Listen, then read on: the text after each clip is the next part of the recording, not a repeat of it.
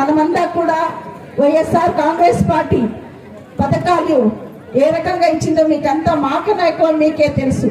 ఈ రోజు ఆసరా 4వ విడతలో మన అక్క చెల్లెలందరూ కూడా ఏమి ద్వారకా మహిళలందరూ కూడా మనము రుణము విముక్తం అవుతున్నాం. ఇది మనకంతా కూడా తెలుసు. ఈరోజు మనము ఎటువంటి పరిస్థితుల్లో ఈ ఒక ద్వారకా మహిళలందరూ కూడా అనుభవించినామని, మనకంతా కూడా అప్పుల్లో కూరుకుపోయేటట్లు చేసి మన నుంచి ఓట్లు తీసుకొని మనకు మోసం చేసి మనలందరూ కూడా ఓటు బ్యాంక్ కిందికి వాడి మన అప్పులంతా కూడా ఎగ్గొట్టి మనకు నోటీసులు వచ్చేటట్లా చేసిన వ్యక్తి తెలుగుదేశం పార్టీ వ్యక్తి. కానీ ఈ రోజు మనకు వైఎస్ జగన్మోహన్ రెడ్డి అన్న మనందరికీ పెద్ద దిక్కురాయి, మనందరి పాలిట ఇంటి పెద్ద కొడుకై, మన అన్న, మన తమ్ముడు, మన ఇంటి అన్నగా ఈ రోజు మన అప్పంతా కూడా 4 విడతలుగా ఈ రోజు మన జగన్మోహన్ అన్న తీరుస్తా ఉన్నారు. ఇప్పుడు మనం ఒకటే జ్ఞాపకం పెట్టుకోవాలా, మన పరంగా ఉండే ప్రభుత్వం ఏది? మన బిడ్డల చదువు విషయంలో అయిండొచ్చు, మనము ఏదైనా స్వయం ఉపాధి కల్పించుకోవాలంటే చేయూత ద్వారా ఒక లోన్ అయిండొచ్చు, అదే రకంగా మనకు ఆరోగ్యం బాగలేదంటే ఈ రోజు ఒక ధనికుడు ఏ విధంగా తన చెవుల నుంచి డబ్బులు తీసి ప్రైవేట్ హాస్పిటల్లో చూపించుకుంటాడో అదే రకంగా మనం కూడా పేదవాళ్ళం కూడా ప్రైవేట్ హాస్పిటల్లో చూపించుకునే వ్యవస్థ విషయంలో మనకు జగన్మోహన్ రెడ్డి అన్న 25 లక్షల దాకా మనకు సహాయం చేస్తారు.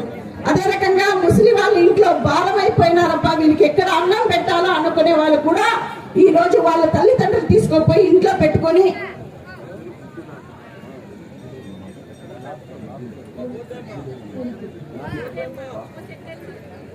అందరికి కూడా ఈరోజు పెన్షన్స్ ఇచ్చి తల్లిదండ్రులు కూడా గౌరవంగా చూసుకునే ఒక పరిస్థితిని ఈ రోజు ఆంధ్రప్రదేశ్ లో కల్పించినారు.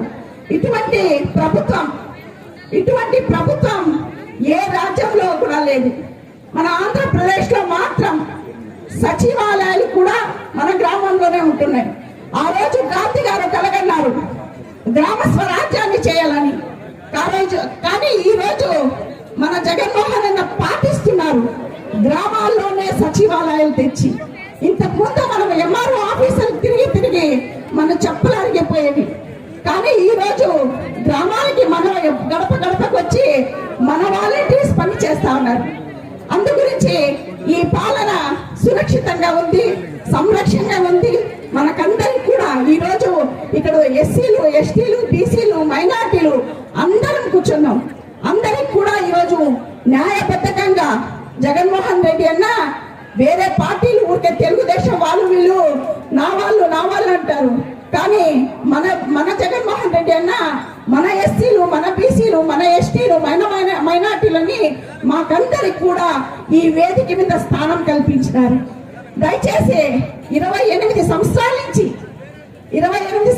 నుంచి ఈ హిందూపురం పార్లమెంటరీ స్థానానికి ఒక్క పోయే వ్యక్తి కూడా రాలే. మనల్ని ఎవరు గుర్తిస్తుందా? మనల్ని కూడా ఎక్కడ వాడతాడ్రి గడప మనం బయట.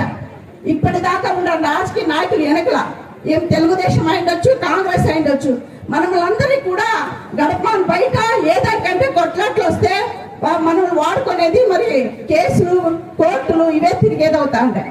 కానీ ఈ రోజు జగన్మోహన్ అన్న ప్రభుత్వంలో మనకందరికి కూడా స్థానమానాలు ఇచ్చినారు.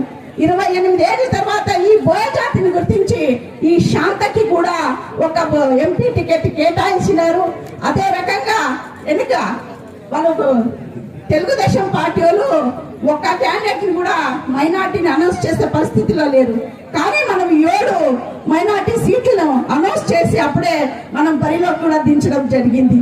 ఇది వాళ్ళకి మనకి ఉండే వ్యత్యాసం. మనమందరం కూడా ఇప్పుడు ఐక్యమత్యం అవ్వాలి. మనమందరం కూడా ఒక్కటే సంకల్పం చేసుకోవాలి. మన జగన్మోహన్ అన్నను మరి సీఎం చేసుకోవాలి. మనకు ఇక్కడ ఉస్తువారిగా అంటే మనకందరికి కూడా పెద్ద దిక్కుగా మన పెద్దరెడ్డి రామచంద్రారెడ్డి అన్న మన విషయంలో, అభివృద్ధి విషయంలో పక్కాగా కొలతలేసి చేస్తారు. ఏది చేసినా పక్కాగా చేస్తారు. మనకి అభివృద్ధి అనేది మనము చూసుకోవాలి. ఆ రకంగా ఉంటుంది రాబోయే దినాల్లో. దయచేసి మనమందరం కూడా ఒకటవ్వాలి. రోజు జగనన్న సైన్యం అవ్వాలి. జగన్ జనం ఇంతే ఉండాలి, మధ్యలో ఎవరు ఉండకూడదు అనేది జగనన్న మాట.